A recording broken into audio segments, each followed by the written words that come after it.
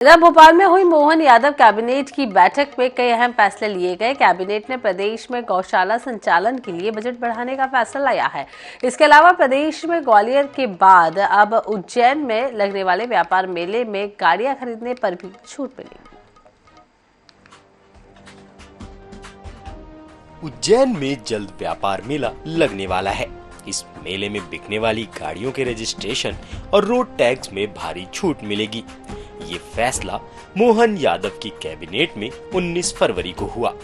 बैठक में गौमाता से जुड़ी योजना सहित कई अन्य योजनाओं पर भी मुहर लगी है।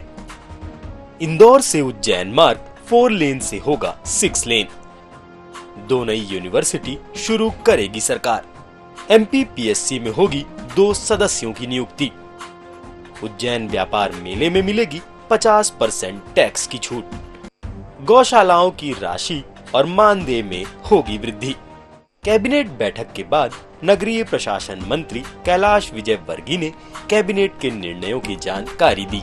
इस व्यापार मेले में उसको और आकर्षित करने के लिए ऑटोमोबाइल्स पर छूट प्रदान करने का निर्णय लिया गया। जिस प्रकार ग्वालियर के मेले में ऑटोमोबाइल्स को टैक्स में छूट दी जाती थी 50%, उसी प्रकार विक्रमोत्सव मेले में भी ऑटोमोबाइल्स पर 50% की छूट दी जाएगी। सीएम मोहन ने भी बैठक के दौरान मंत्रियों को संबोधित करते हुए कहा कि वर्ष काल में प्रमुख सड़कों और राजमार्गों पर गौमाता के बैठे रहने की घटनाएं सामने आती हैं। गौमाता दुर्घटनाओं का शिकार भी हो जाती हैं। ऐसी व्यवस्था आवश्यक है कि गौमाता सड़कों पर ना दिखे। तीसरा एक विषय है गौशाला और गौशाला के प्रबंधन का, जो ये विषय ध्यान रहा है जगह जगह। तो इस संबंध में आपका मंत्री इस विषय को लेकर के 2 चीजों की अपनी तैयारी करना है कि किसी भी हालत में इस बरसात के पहले आमतौर पर बरसात के समय 4 लेन पे गाय माता। व्यापार मेले में बिकने वाली गाड़ियों के टैक्स में छूट को मंजूरी मिल गई है। उद्योग विभाग की पहल पर परिवहन विभाग ने टैक्स में 50% छूट देने के प्रस्ताव को भी मंजूरी दे दी है। टैक्स में छूट का लाभ गैर परिवहन और छोटे परिवहन वाहनों की बिक्री पर ही मिलेगा। बता दें कि ये मेला 1 से 2 मार्च को लगेगा। Bureau report, INS 24/7 Bhopal. तो मध्य प्रदेश के पूर्व मुख्यमंत्री कमलनाथ और उनके सांसद बेटे नकुलनाथ के बीजेपी में शामिल होने का सस्पेंस अब लगभग खत्म हो गया है। दिल्ली में कमलनाथ के बंगले पर सोमवार को हुई बैठक के बाद कांग्रेस नेता ये साफ कहते हुए दिखे हैं कि कोई कहीं नहीं जा रहा है। कहीं नहीं जा रहे कमलनाथ। दिल्ली से फिर निकली नई बात। बीजेपी में जाने की अटकलों पर ब्रेक। अब कांग्रेस में ऑल इज वेल। MP के पूर्व मुख्यमंत्री कमलनाथ और उनके बेटे सांसद नकुलनाथ के बीजेपी में शामिल होने की अटकलों पर सोमवार दोपहर में ब्रेक लग गया। सोमवार को दिल्ली में कमलनाथ के साथ बैठक के बाद पूर्व मंत्री सज्जन वर्मा ने कहा, कमलनाथ जी कह रहे हैं कि कोई कहीं नहीं जाने वाला। सज्जन ने ये भी कहा कि कमलनाथ की राहुल गांधी और कांग्रेस के राष्ट्रीय अध्यक्ष मल्लिकार्जुन खड़गे से बात हुई है। छिंदवाड़ा से कांग्रेस के टिकट पर नकुलनाथ चुनाव लड़ेंगे। सज्जन सिंह वर्मा तो कमलनाथ की पार्टी से कुछ नाराजगी की तरफ भी संकेत करते दिखे।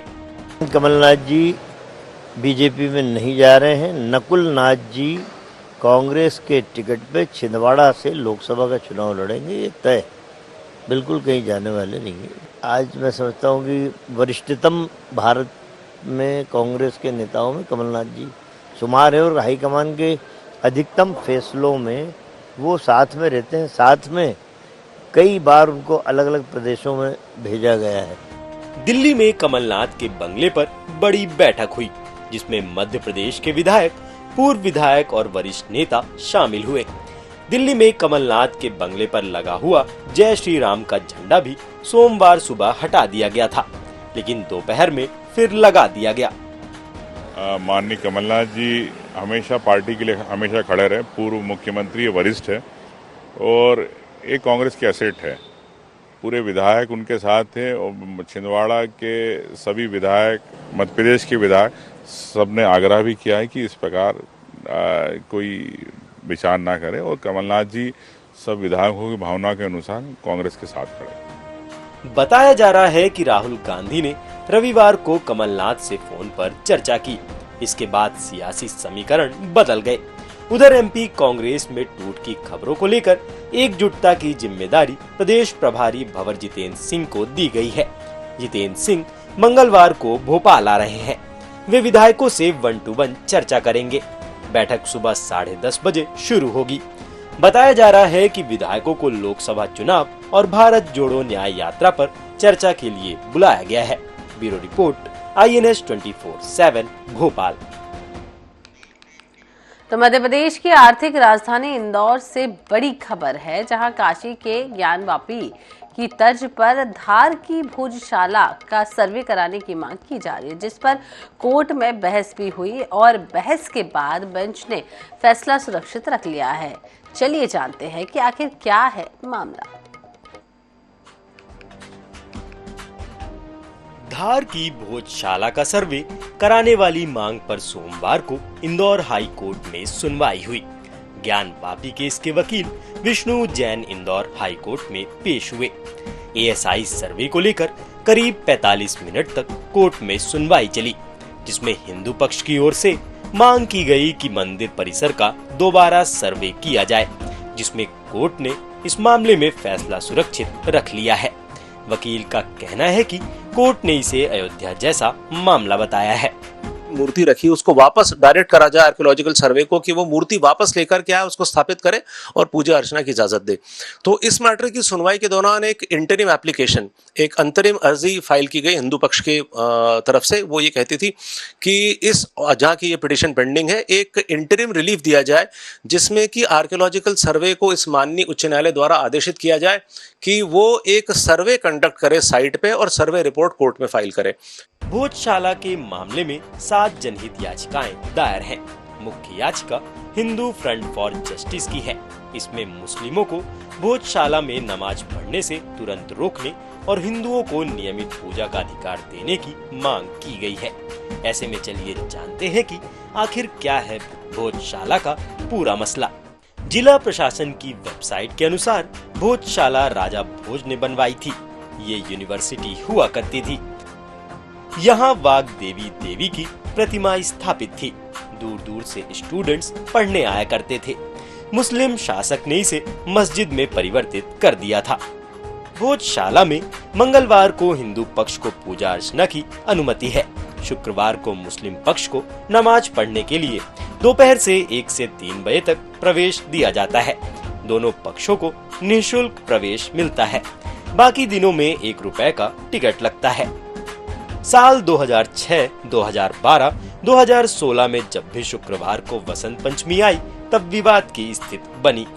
वसंत पंचमी पर हिंदू पक्ष को पूजा, जबकि शुक्रवार होने से मुस्लिमों को नमाज की अनुमति भी है।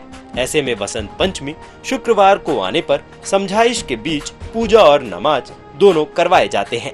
हिंदू फ्रंट फॉर जस्टिस ने 1 मई 2022 को इंदौर हाई कोर्ट में जो याचिका दायर की है, उसके अनुसार हर मंगलवार हिंदू भोजशाला में यज्ञ कर उसे पवित्र करते हैं और शुक्रवार को मुसलमान नमाज के नाम पर यज्ञ कुंड में थूक कर उन्हें अपवित्र कर देते हैं। इसे रोका जाए। साथ ही भोजशाला का पूरा अधिकार हिंदुओं को सौंपा जाए। इसके लिए आवश्यक हो तो पूरे भोजशाला की फोटोग्राफी, वीडियोग्राफी और खुदाई करवाई जाए। Bureau report, INS 24/7 Bhopal.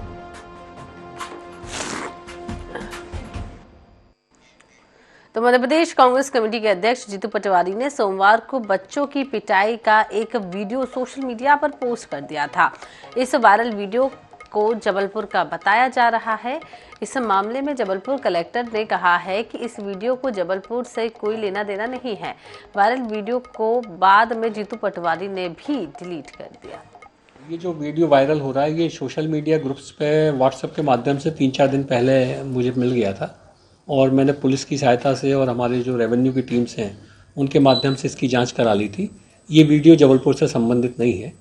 आज सुबह माननीय जीतू पटवारी जी ने भी इसको अपने अकाउंट पर डाला था इसको, और बाद में उन्होंने उसको डिलीट कर लिया है। तो ये जबलपुर जिले से संबंधित वीडियो नहीं है।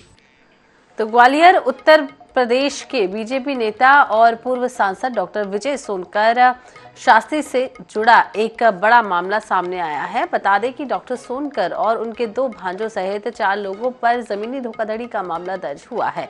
वहीं एफआईआर के बाद पुलिस जांच पड़ताल में जुट गई है। बता दें कि फरियादी ने शिकायत में बताया है कि नाम चंदोहा शिवपुरी लिंक रोड पर एक प्रॉपर्टी में पार्टनर बनाने के नाम पर उनसे 60 लाख रुपए लिए गए थे, लेकिन ना तो उन्हें जमीन में पार्टनर बनाया गया और ना ही उनके पैसे वापस दिए गए। मामले में पुलिस का कहना है कि मामले की विस्तृत जांच के लिए एसआईटी गठित की जा रही है।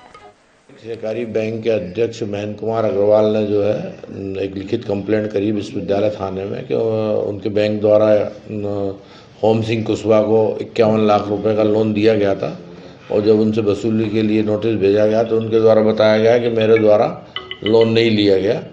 और जब उसकी जांच की गई, बैंक अकाउंट वगैरह ट्रेस किए गए तो उसमें ट्रांजैक्शन होना पाया गया। तो उनकी रिपोर्ट पर से 5 लोगों के विरुद्ध धारा 420, 467, 68, 71 और 120B का अपराध पंजीबद्ध किया और विवेचना में लिया गया है। शाहपुर के खेड़ापति माता मंदिर में चमत्कार दिखाई दिया है। देवी प्रतिमा की आंख से पट्टी हटाते ही सामने रखा शीशा टूट गया। हिंदू मान्यता के अनुसार ऐसा कहा गया है कि प्राण प्रतिष्ठा के बाद भगवान की मूर्ति के सामने रखा शीशा चकनाचूर हो जाता है, और अब ऐसी ही घटना शाहपुर तहसील के खेड़ापति मंदिर में देखने को मिली।